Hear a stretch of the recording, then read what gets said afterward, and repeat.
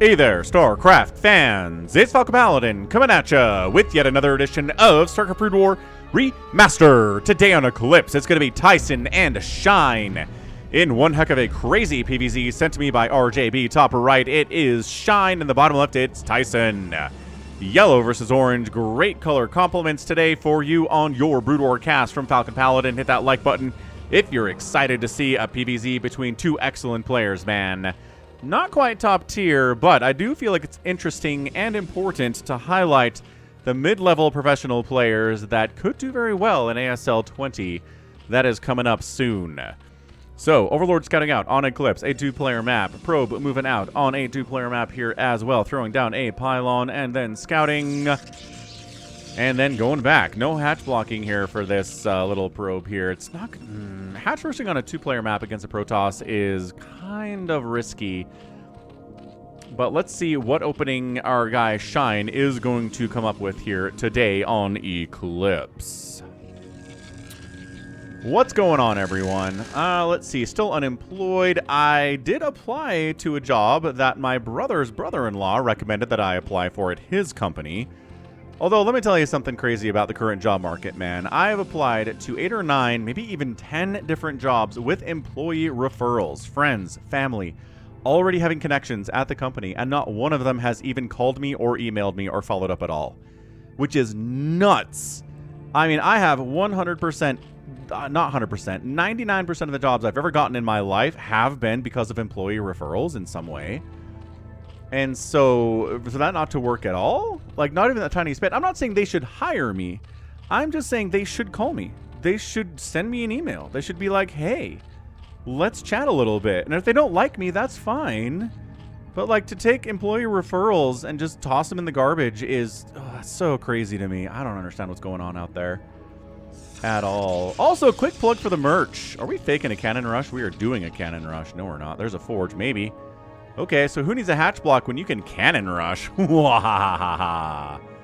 Check this action out. While this cannon rush is getting started, quick plug for the merch at falconpaladin.store. Check out the merch at falconpaladin.store. We got shirts, we have mugs, we've got Leave It to Reaver shirts, we've got Falcon Paladin logos, we got Terry, we have Steve, we have Zealots named Robert, we got nice hats. We've got stickers and hoodies, and we have buttons as well. So check it out. We'll ship anywhere. You can use the nice currency selector here. Canada, Germany, United States. We have pounds for London. We've got stuff from Bosnia as well as Cambodia. So if anywhere in the world you can use your own currency, we got shirts galore. Check it out at falconpaladin.store. All right. Thanks for that plug, Falcon. Check it out. All right, so probe's running away. Another probe is here, though. That is a committal. That is some level of committal here. Shine is going to have to go ahead and block the cannons that are surely going to be attempted to come up. Nicely done, setting a wall up there with these drones. One of the probes dies. One of the drones dies. Another couple drones now, and they get it. Probes down. Beautifully done. No cannoning for you, good sir. Zealot shows up. Robert is here. You saw him at falconpaladin.store, didn't you? Yeah, that's what we're talking about. That is the kind of stuff that everybody wants to see, is defending against a cannon rush. I mean, probably more fun if the cannons get up, but still, yeah, Robert gets up, tries to get a drone killed, gets some lost mining time, but doesn't actually kill any of these drones, and I think he's going to die, maybe with a Ling kill, but... no, I don't think he's going to get anything whatsoever. I love this pylon is still here, though. Zealot blocking the third base attempt. Get in there. No, can't get the third. Robert's brother, Bobbert, ends up blocking that attempt. Good stuff here from Tyson. I like it. What an opening. So, yeah, Zealot dies. I don't think he had any kills whatsoever. Did we overmake Lings? I don't think so. I don't think we did. Getting up this ramp with a Zealot blocking it is going to be super annoying. Oh my gosh. 1 hit point and get it down. No, the Zealot is still too fast. The delay is abysmal for Shine. He's not happy about this at all. The Zealot's going to stay behind the mineral line now. Actually, no. He decides to come out of the mineral line. He's going to get surrounded. He's going to get surrounded. It's so hard to fully surround a Zealot. Look how slippery they are. In the hands of a pro Like Tyson, okay, no kills again. So 2 Zealots down, 0 kills on either Zealot, but some delayed mining time. We had to make some lings, that cost economy, and the third base was late, that cost economy too. So, I don't know, I'd say it's probably a wash. I don't think the Zerg player is ahead. I don't think the Protoss player is ahead either. I mean, losing the 100 minerals here kind of hurts too, so maybe Shine's a tiny bit ahead, but not enough that I'm really worried about him for the future of the game here. So, everything's fine. Cybernetic score coming in. We got ourselves a ye old Hydra Den. I love a Hydra Den. You know, Falcon's favorite thing. It's funny, because Falcon's favorite opening in PvZ is Hydras. But then if you stick on the Hydras too long, Falcon gets really mad. So, you know, you can't win with Falcon is what I'm saying. I have nuanced takes. I'm not someone that's like, ooh, Hydras are great forever and ever. No, man. Let's do Hydras. Let's Hydra bust. But then if it doesn't work, let's tech into the Plague, right? Let's get those cracklings. Let's add the stuff we need to actually finish off the toss. Stargate coming in. Not going to invest too heavily into Corsairs, not when it is Hydras. When it is Hydra's speed that's being researched first. Macro hatch at the front of the natural base, and maybe a macro hatch here at the third would be cool too. I mean, you know, Zergs these days love them a good macro hatch more than they love their own children. Ooh, a little bit of a slow Zealot move out. Nobody expects the slow Zealot move out at 5 minutes.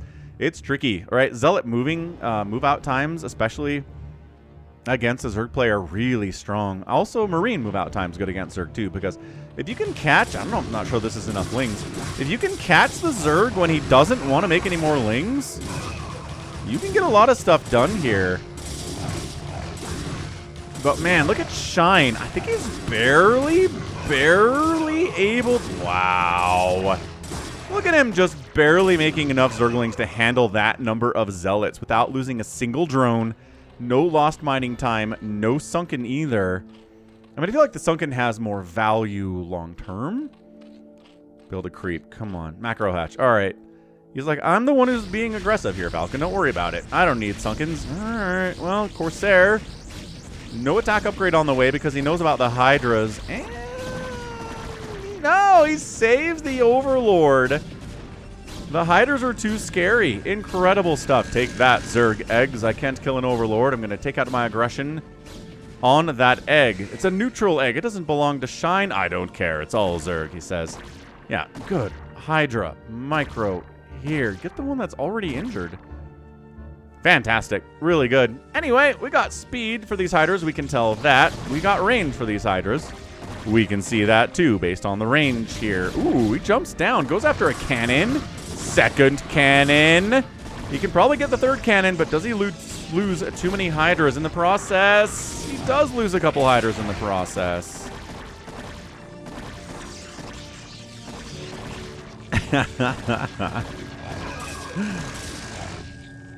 Holding up. Holding up. Oh my gosh, the +1 attack. All right, well, that's canceled. Yep. Okay, this is a great opening. This is where Zerg players are like, all right, I'm winning. Enemy gateway. Oh, he's trying to make a DT to shut this down. There's an Overlord there anyway. That's not happening. Dude, gateway down, Forge down. Shine is crushing it. Corsair is trying to find stuff to kill. 1 kill on that Corsair. 0 kills on that Corsair. I think this one kill stole this guy's kill, right? The really injured Overlord is probably the one that died. You know, just had to guess here. More cannons coming up. As Tastosis says, a silly number of cannons is required to deal with a Hydra bust if your opening stuff is dead and more Hydras are coming. Yeah, no more Corsairs, no upgrade for those guys. Gates coming in. Speed lots are done, but there aren't any of them available. So, no, just kidding. There are 3. 2? Oh my gosh, it's only 2. All right, 2 Zealots available. And the Lair's going to finish up. Let's see the timing on the Queen's Nest. You can get the Queen's Nest around 13, 14 minutes, right? Anything later than that, you're definitely playing with fire against somebody as good as Tyson is. But man, Zerg opening, I don't know you can ask for much of a better opening than this. I mean, you could have won by now. How many Hydras would he need to just completely bust this, take the natural base, and then win? Spire on the way. I guess he wants Scourge. I mean, not necessarily for the Corsairs, but probably for Obs, yeah? Sniping Obs with Scourge is nice. He's going to have some lurkers, so it makes a lot of sense. Just hanging out. Templar Archives there. We've got ourselves Psionic Storm, which is the best upgrade that the Protoss has available to them.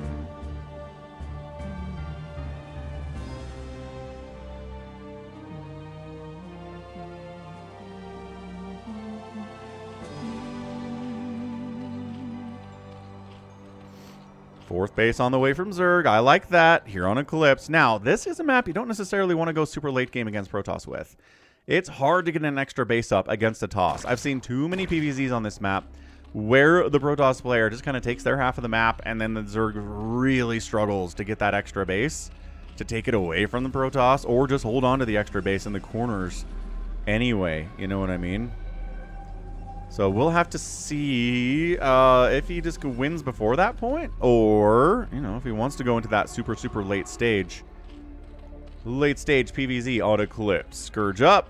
I mean, that's enough Scourge where you probably want to kill the Corsairs just so the Overlords don't constantly have to worry about it. Giving them speed is nice. There we go. Speed kicking in. And the Hydras move out now that the Overlords can keep up. The Hydras are coming. Lurkers morphing into the front door here too.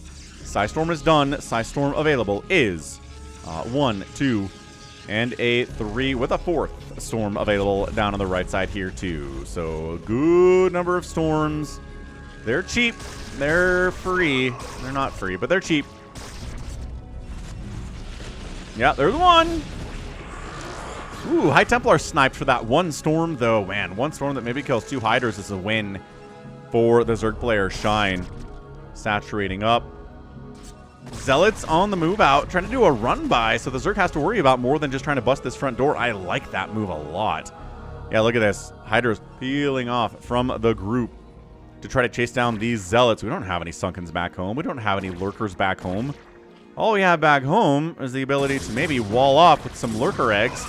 Then we got to fight these Zealots out in the open with the +1 attack. They've got the range. Good Lurker egg to save that Hydra. And I think this was extremely well held by Shine. Really well held by Shine. Okay, great.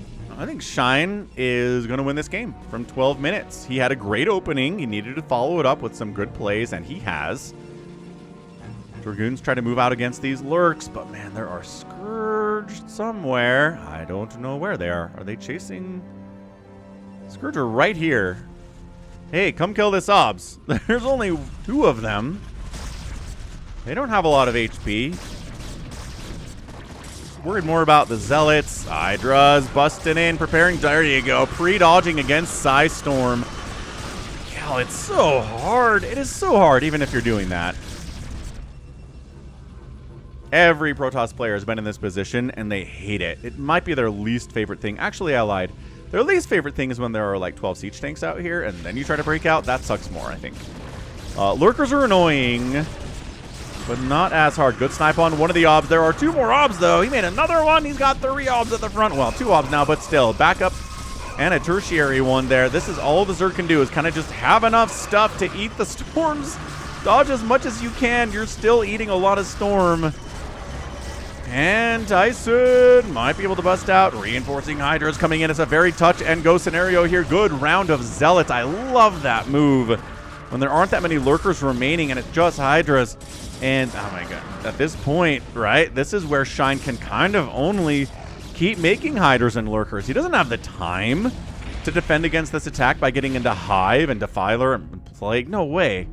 No way. He is panicking. He is producing 8 Hydras at a time. The Protoss broke out of his contain almost easily. I don't think he lost very much stuff. Protoss is up about 20 supply, getting a 3rd base behind it. Bad rally is bad. Shine. No, bad rally is bad. Hydras doing what they can here. An Archon has joined the party. Archon, you know, getting hits off is nice, but if you target the Archon, it dies in about 3 volleys. Not bad. Oh, now you need Sunkens. I see. Actually, not a bad time for it. Archon, bop. Ends up getting murked there. Sunken's on the high ground, plus the Lurkers making it a hard place for the Protoss to engage with, and it looks like Shine has helped the counterattack. But again, it has really kept the Zerg player away from Hive Tech for just a couple more minutes, which is exactly what Tyson wanted to do. That was part of his plan. New base down the right side here from Shine. Look, man, you can have all the bases you want. You can have all the bases you want. If all you have at the end of this game, and it's 20 minutes long, it's our Hydras and Lurkers, you're dead. It's so hard to do. You can pull it off. I have seen it. From players like Solkey and players like Larva. Not from players like Shine. Okay, good. He's doing the Queen's Nest. I'll shut up now.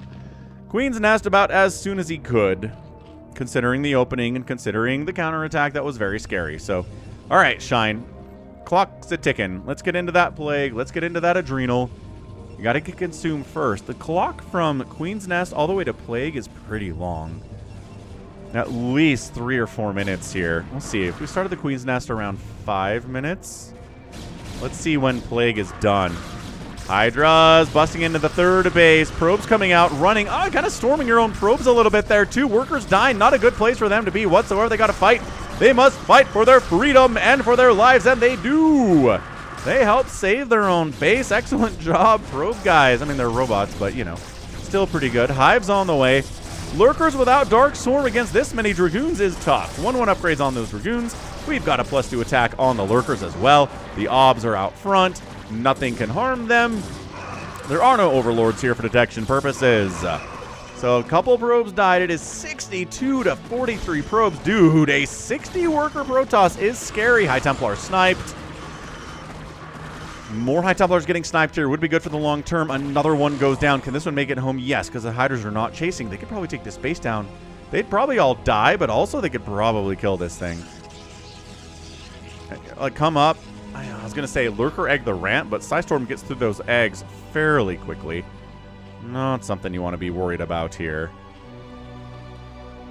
Okay, Hive. Again, 15 minutes about is when the Queen's Nest started. Maybe it's closer to 14:30, but we'll say 15 for time tracking purposes. When you're casting, Psystorms again.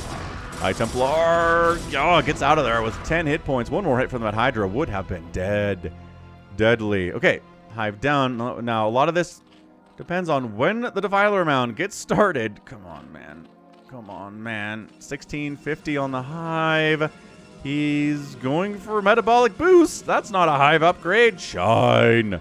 Shine. I like you a lot, Shine. I do. He's like, I don't have the money to make a Defiler Mound. You literally have enough money to make a Defiler Mound right now. I like that he finished the Hive and he started speed for Lings. That's an interesting move. He's in so much trouble right now. The longer he waits on this... Okay, well... He's not doing it at all. Well, Protoss expanding up the left side. I like expanding again if you're the Zerg. It's good. Ooh, he was ready for DT. Look at that. A DT didn't wander into an expansion and kill 17 drones unopposed. Incredible play. Why did you go Hive? I guess for Nidus. I guess it was for Nidus. DT gets a couple Ling kills, not exactly what he wanted, and does not pay for himself.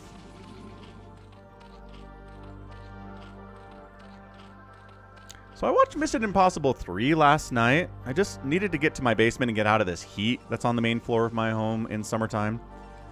And basement is like, seriously, like 15 degrees, 20 degrees cooler. It's the power of being below ground in the summertime, I'm telling you. Anyway, so I'll never understand why Mission Impossible starts with a scene from the last third of the film.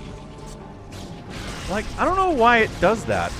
I found myself watching the movie and skipping scenes because I'm like, I know where this is going. Like, I've seen what is going to happen here. You showed it to me already. All the intermediary stuff feels less important because I know where we're going with it. It's like it spoils its own film. Hey, look, non-adrenal Lings trying to take down a Nexus, but they don't have the adrenal upgrade, so they're not going to kill it. Shine is really messing this up. He was so good. He was so good to go for the first 10 minutes of this game. He's getting a Defiler Mound now. He's getting Adrenal now. But we're 4 minutes past the time the Queen's Nest started, and you don't even have a Defiler Mound yet. Yeah, Shine messed this up. He needs to do some major damage. He's up big time in overall supply, but he doesn't have any of the stuff that he needs to really make Tyson be afraid. Did he get the obs? He got the obs. Tyson's got to fall back here. Trying to set up a bit of a flank attack without Adrenalings. You just... Okay, maybe wait until you have Adrenal... Oh, no! The non-Adrenalings take down the Nexus. Shine proved me wrong. He's like, you don't need Adrenalings to do that, Falcon. I'm very cool. I am Shine. Yes, you are. 1-1 upgrades for those Lings will help a lot there, too. Adrenal finishes. Lings are little monsters now. A Defiler Mound is done. Consume has not started. Shine is not exactly crisp on his upgrade timings here. Tyson's been crisp on his upgrade timings. He's got Storm. He's had Storm for a long time. He's got, I guess he only has +1 attack for his ground units. It'd be nicer to have a better upgrade there. Okay, push here. Counter here. Crackling Lurker into the left side third base. I think it might actually die, folks. That one's coming back, and this one's in a lot of trouble. Oh boy, this is the real stuff. Lurkers, oh, the probe evacuation dies because of the Lurkers you brought along to the party.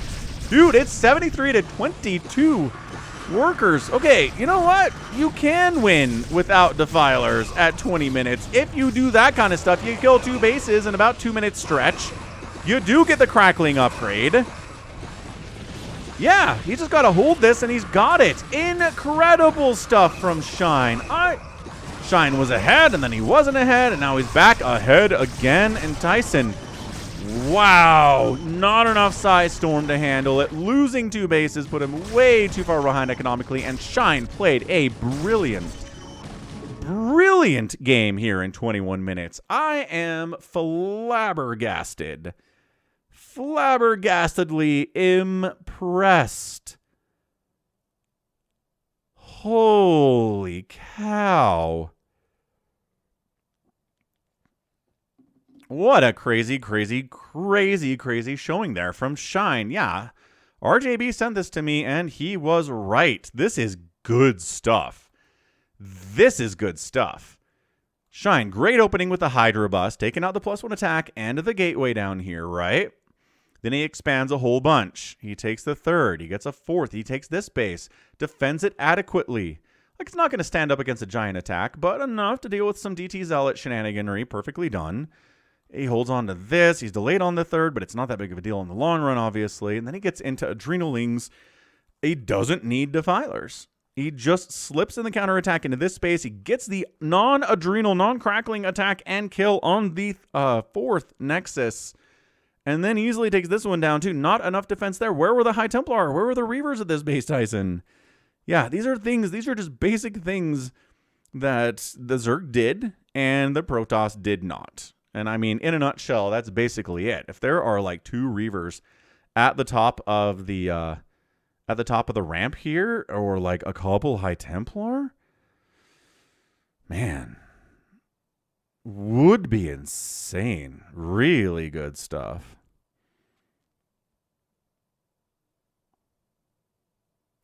All right, that was a lot of fun.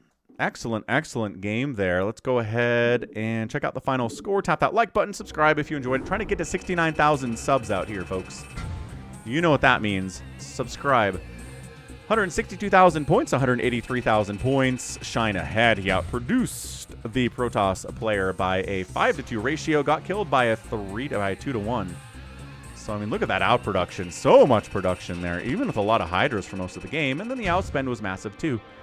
Right? He kept his bases. Tyson didn't. That's it in a nutshell. So, that's a GG. All right, so that's going to be it for me today. This has been Falcon Paladin coming at ya with yet another edition of StarCraft Brood War Remastered. Go ahead, hit that like button, hit that subscribe if you like what you saw and what you heard today. You can also catch me on Twitter, Facebook, Patreon, Twitch, Instagram, and TikTok, as well as Blue Sky, all at /Falcon Paladin. And until next time, as always, thank you so much for watching, and you take care of yourself.